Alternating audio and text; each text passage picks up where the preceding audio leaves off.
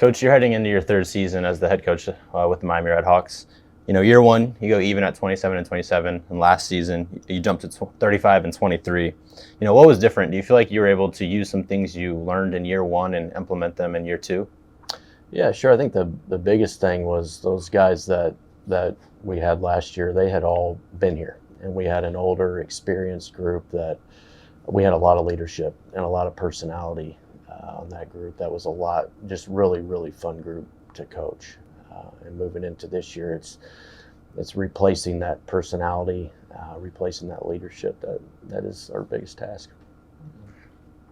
What athletes, are you returning that you think you'll get leadership from, and also that you're welcoming that you think you'll see some leadership from? Sure. Yeah, we return. Evan Applewick, who had, of course, some big power numbers last year, and he isn't the most vocal guy, but he leads by action, which is kind of what we like. And certainly Dom Krupinski was our everyday third baseman last year. Those guys return, as well as Ryan Novak in left field. Three really, really good offensive players that have turned themselves into really good defensive players too. So they're affecting the game on both sides of the ball. So we're really looking forward to those three in particular. You received MAC Coach of the Year honors last season. What is that? What does that type of recognition mean to you? But also just about the effort that your group gave. Sure. I mean, that's a good award to receive. I've always thought it should be maybe titled back Coaching Staff of the Year. It's certainly not a one-man effort. It takes a lot of people to get at that award. Not only the coaches within the staff, but your players. They're the ones that ultimately win that. Them and the rest of the staff. You make it to the MAC tournament in your first season, and then last season you win both the regular season and the MAC tournament. Just how satisfying was it to see that growth from year one to year two? Well, the satisfying part was the guys that we did it with, because those guys had been here for a while, and they had kind of experienced life at towards the bottom of the MAC. And kudos to them. And we have to give all the credit to those guys, because they adapted, they changed some of their habits every day, which ultimately led to them experiencing life at the bottom and then coming out, and many of them graduating as champions and then going into a regional and experiencing that. Speaking of the regional, what do you feel like that type of experience does for your team? Obviously, I know that you want to go farther and push it as far as you can go, right? But what do you think that does for your team? Well, it does a lot. If you rewind, you mentioned the first year that we were 27 and 27. We made the conference tournament, which hadn't been done in 5 or 6 years. Then you fast forward into last year. We drew on the experience of the year before of getting to the tournament, which this program hadn't been accustomed to, and then we won it.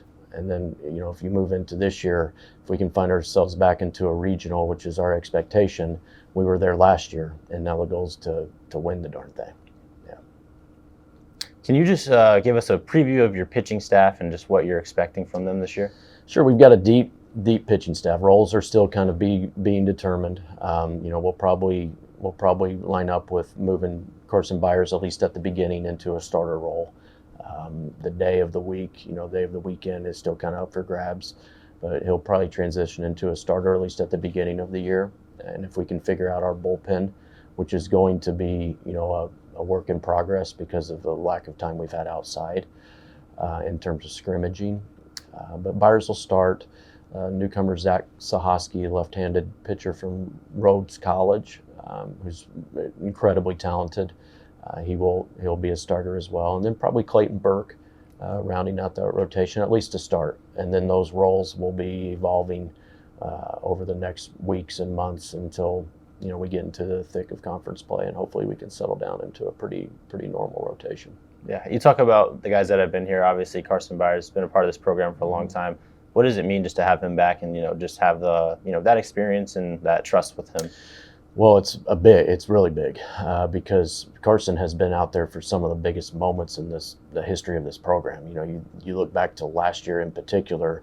He was the guy on the mound when we clinched the regular season for the first time in 20 years. Then he was the guy on the mound when we won the conference tournament.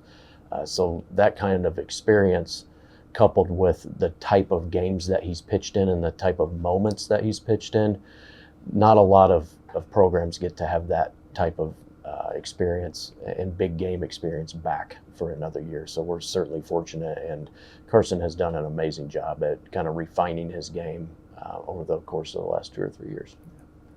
Can you just touch on your infield, starting with first base and just kind of making your way around?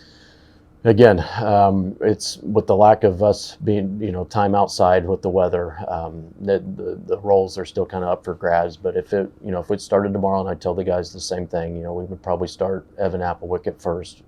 Dom Krupinski will probably slide over to short, at least at the beginning of the year.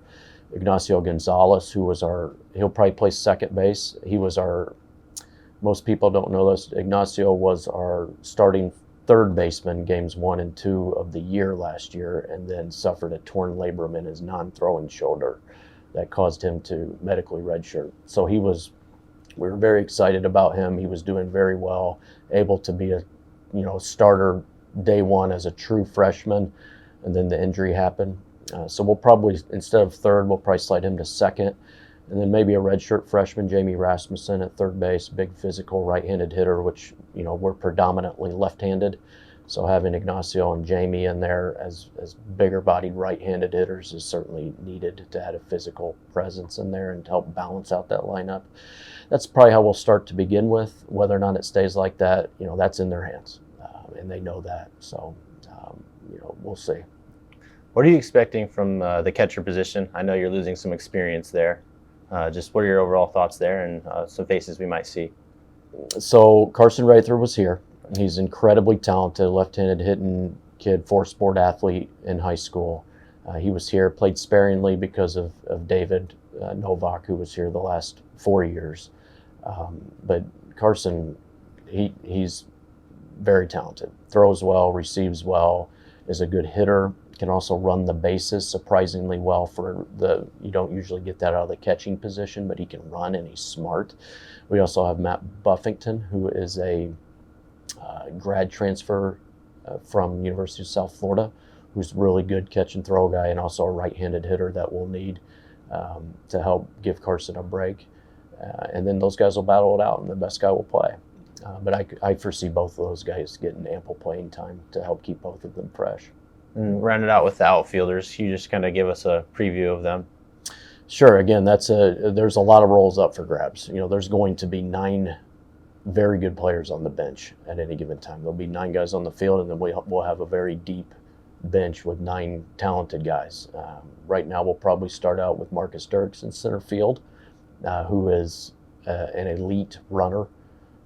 He's running like a 6'2", 6'15", 60. I mean, it's incredible speed. Who can also play the short game incredibly well. So we'll probably start out with Marcus in center, the mainstay with Ryan Novak in left field, who's kind of earned that right out there. And then we'll probably start with Tommy Harrison in right field, who had a really good last quarter of the season last year and kind of helped propel us to the regular season title and conference tournament title. We injected him in that lineup late, and he really gave us the bolt that we needed. So we'll start with him in right. And then the DH spot, right or left-handed, we have Hayden Christensen, a transfer from Xavier, who's a really good right-handed hitter. And then we also have Mason Breidenbach, who's a big physical left-handed hitter, to kind of help replace Ty Bodicic, who had kind of filled that role for two straight years. So those guys, depending on right or left-handed, what we need, and then who wins the job. And then you have other guys that are right there in the mix with Christopher Roa. We have an electric, athletic, true freshman Puerto Rican kid named Diego Cruz, who's very, very talented. Figuring out ways to get some of these guys in the lineup. Keenan Proctor, who's been here, Jake Verlack, Drew Phillips, who's really fast and can defend center field. All of these guys are very, very, they're right there in terms of being an everyday guy versus not. You're now just a little bit over a week away from your first game of the 2026 season. What's your just excitement? How prepared are you for that first game?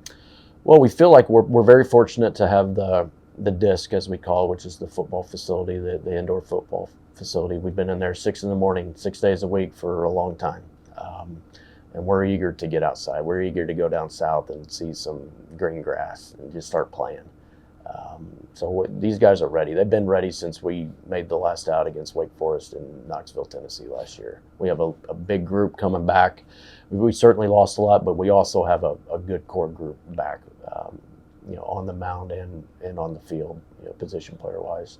So these guys are ready, and they've been ready. They were ready all summer. They were ready whenever we got back in the fall, and it's about that time of the year. It's about go time. Year 3 again for you.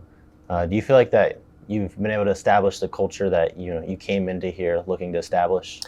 Yeah, we do as a staff. We feel like the culture has certainly kind of shifted into a blue collar. You're gonna earn everything that you're going to get type of program.